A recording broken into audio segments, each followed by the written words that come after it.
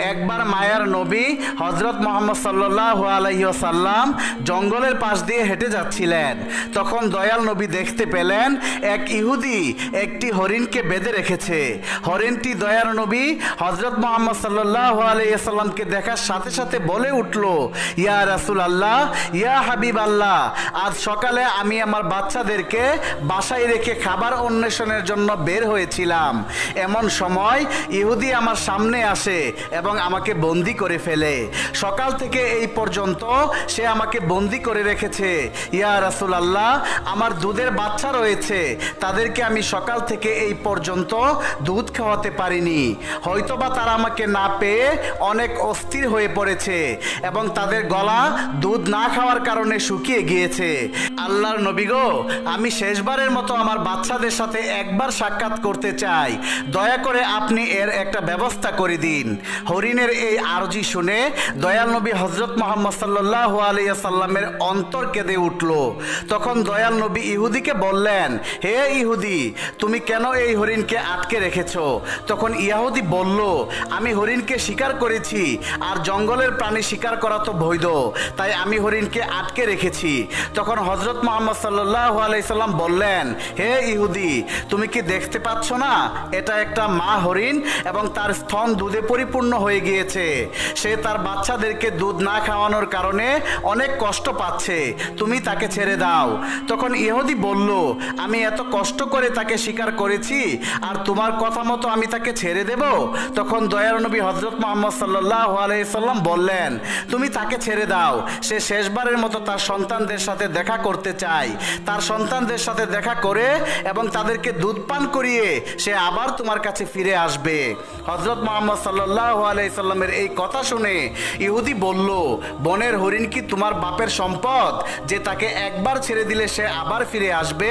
শিকার করা প্রাণী আজ পর্যন্ত ফিরে এসেছে, এর কি কোনো নজির আছে?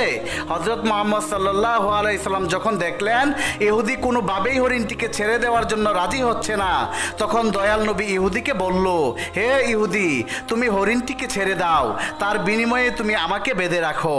হরিণ যদি না আসে তাহলে তুমি আমাকে সারা জীবন বেঁধে রাখবে। তখন ইহুদি বলল, তাহলে সেই কথাই রইল, আমি হরিণটিকে ছেড়ে দিচ্ছি, বিনিময়ে তোমাকে বেঁধে রাখছি। হরিণ যদি ফিরে না আসে তাহলে তোমাকে সারা জীবন মুক্তি দান করব না। অতঃপর ইহুদি হরিণটিকে ছেড়ে দিল এবং দয়াল নবী হযরত মুহাম্মদ সাল্লাল্লাহু আলাইহি সাল্লামকে বেঁধে রাখলো। ছাড়া পেয়ে বনের হরিণ তাড়াহুড়ো করে বনের মধ্যে হারিয়ে গেল। তখন ইহুদি মনে মনে ভাবতে লাগলো, হরিণটি আর কোনোদিন ফিরে আসবে না, আর এই লোকটাকে আমি সারা জীবন বেঁধে রাখবো। এই লোকটির চেয়ে বোকা মানুষ এই পৃথিবীতে আর কেউ নেই। একটা বনের হরিণের জন্য নিজের জীবনকে সে বিপদে ফেললো। বনের হরিণ দৌড়াতে দৌড়াতে তার সন্তানদের কাছে এসে পৌঁছালো। তখন তার সন্তানেরা তাকে জিজ্ঞাসা করলো, আম্মাজান, আজ সকাল থেকে আপনি কোথায় ছিলেন? আমরা আপনার জন্য অপেক্ষা করতে করতে ক্লান্ত হয়ে পড়েছি। আমরা আপনার দুধ পান করতে না পেরে আমাদের গলা শুকিয়ে গিয়েছে। তখন মা হরিণ তার সন্তানদেরকে বলতে লাগলো, ও আমার সন্তানেরা, তোমরা জীবনের শেষবারের মতো আমার সাথে দেখা করে নাও এবং আমার দুধ পান করে নাও, আর জীবনে তোমাদের সাথে হয়তোবা দেখা নাও হতে পারে। তখন হরিণের সন্তানেরা তাকে বলল, আম্মাজান, কেন আপনি এমন কথা বলছেন? কেন জীবনে আর আপনার সাথে দেখা হবে না? মা হরিণ তাদেরকে বলল, ওহে বৎসরা, তোমরা তাড়াতাড়ি করে আমার দুধ পান করো। আজ সকালে যখন আমি খাবার অন্বেষণের জন্য বেরিয়েছিলাম তখন এক ইহুদি আমাকে বন্দি করে ফেলেছিল।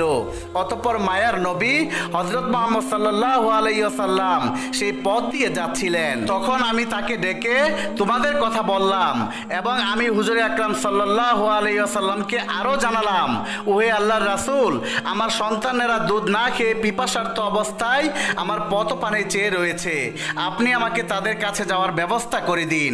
তখন বিশ্ব নবী নিজেকেই ইহুদির কাছে জিম্মাদার রেখে আমাকে তোমাদের কাছে শেষবারের মতো দেখা করার জন্য পাঠিয়ে দিয়েছেন।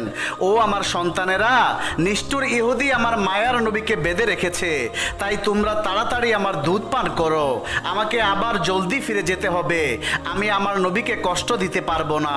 যখন হরিণের সন্তানেরা শুনলো তাদের মা মায়ার নবীকে বাঁধিয়ে রেখে তাদের সাথে শেষবারের মতো দেখা করার জন্য এবং তাদেরকে দুধ পান করার জন্য এসেছে, তখন হরিণের সন্তানেরা বলল, ও আম্মাজান, আপনি কিভাবে ভাবলেন মায়ার নবী ইহুদির হাতে বন্দী রয়েছে আর মায়ার নবীকে বন্দী অবস্থায় রেখে আমরা আপনার দুধ পান করব? আপনি চলুন, আমরাও আপনার সাথে যাব।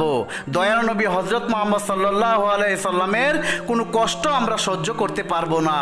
অতঃপর হরিণ ও তার সন্তানেরা মায়ার নবী হযরত মুহাম্মদ সাল্লাল্লাহু আলাইহি সাল্লামের মায়ায় তার কাছে যাওয়ার জন্য রওনা করলো। ওদিকে হরিণে আসতে কিছুটা দেরি হওয়াতে ইহুদি হযরত মুহাম্মদ সাল্লাল্লাহু আলাইহি সাল্লামকে বলল, হে মুহাম্মদ, তোমার মতো বোকা মানুষ আমি আর এই পৃথিবীতে দেখিনি। বনের শিকার করা হরিণ, তাকে ছেড়ে দিলে সে কি আর কোনোদিন ফিরে আসে? আর একটা বনের হরিণের জন্য তুমি নিজেকে আমার কাছে বন্ধক রেখেছো। কিয়ামত পর্যন্ত এই হরিণ আর ফিরে আসবে না, আর কিয়ামত পর্যন্ত তুমি আমার কাছ থেকে ছাড়াও পাবে না। তখন দয়াল নবী হযরত মুহাম্মদ সাল্লাল্লাহু আলাইহি সাল্লাম ইহুদির এই কথা শুনে বললেন, উহে ইহুদি, তুমি একটু ধৈর্য ধারণ করো, হরিণ অবশ্যই আমার মায়ায় আবার তোমার কাছে ফিরে আসবে।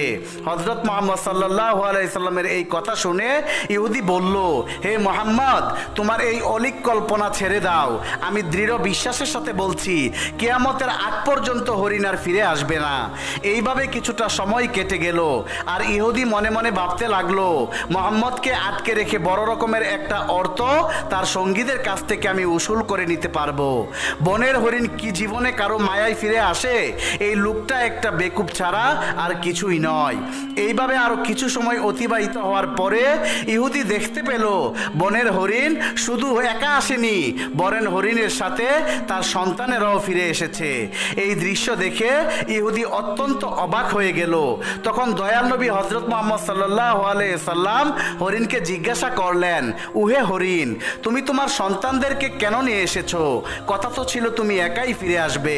তখন মা হরিণ বলল, ইয়া রাসূলুল্লাহ, আমি যখন আমার সন্তানদের কাছে ফিরে গিয়ে বললাম মায়ার নবী হযরত মুহাম্মদ সাল্লাল্লাহু আলাইহি ওয়াসাল্লাম নিজেকে ইহুদির কাছে জিম্মাদার রেখে আমাকে তোমাদের কাছে জীবনের শেষবারের মতো দেখা করার জন্য পাঠিয়েছেন এবং জীবনের শেষবারের মতো দুগ্ধ পান করার জন্য পাঠিয়েছেন, তখন আমার সন্তানেরা বলল, ও আম্মাজান, আপনি কিভাবে ভাবলেন মায়ার নবী হযরত মুহাম্মদ সাল্লাল্লাহু আলাইহি সাল্লামকে বাঁধিয়ে রেখে আমরা আপনার দুধ পান করব? ইয়া রাসূল সাল্লাল্লাহু আলাইহি ওয়াসাল্লাম, তখন আমার সন্তানেরাও আমার সাথে রওনা করে চলে এসেছে। হে আল্লাহর নবী, আপনার সাথে বেয়াদবি করার জন্য আপনি আমাদেরকে ক্ষমা করে দিন। এতক্ষণ পর্যন্ত আমরা আপনাকে কষ্ট দিয়েছি।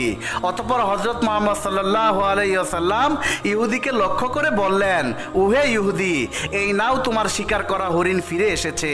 শুধু সে ফিরে আসেনি, ফিরে এসেছে তার সকল সন্তানগুলি। এখন তুমি তাদেরকে তোমার কাজে ব্যবহার করতে পারো।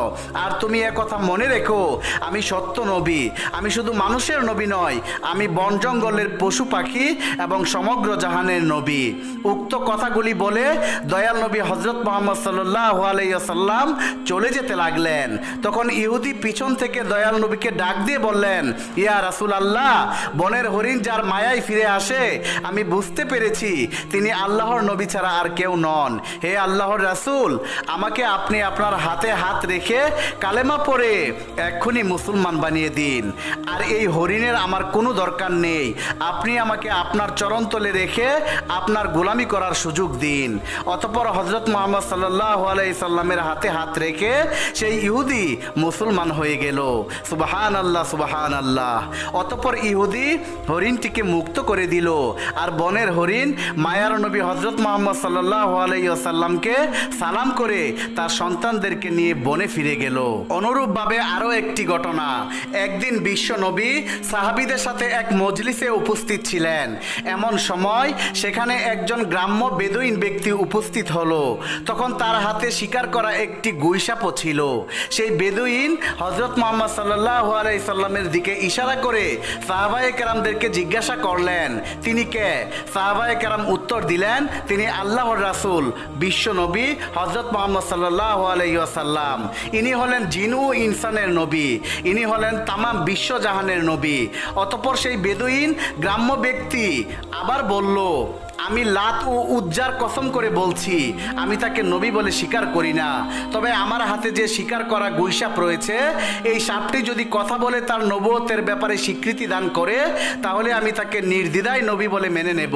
হে মোহাম্মদ, যতক্ষণ পর্যন্ত এই গুইসাপটি আপনার উপর ঈমান না আনবে, ততক্ষণ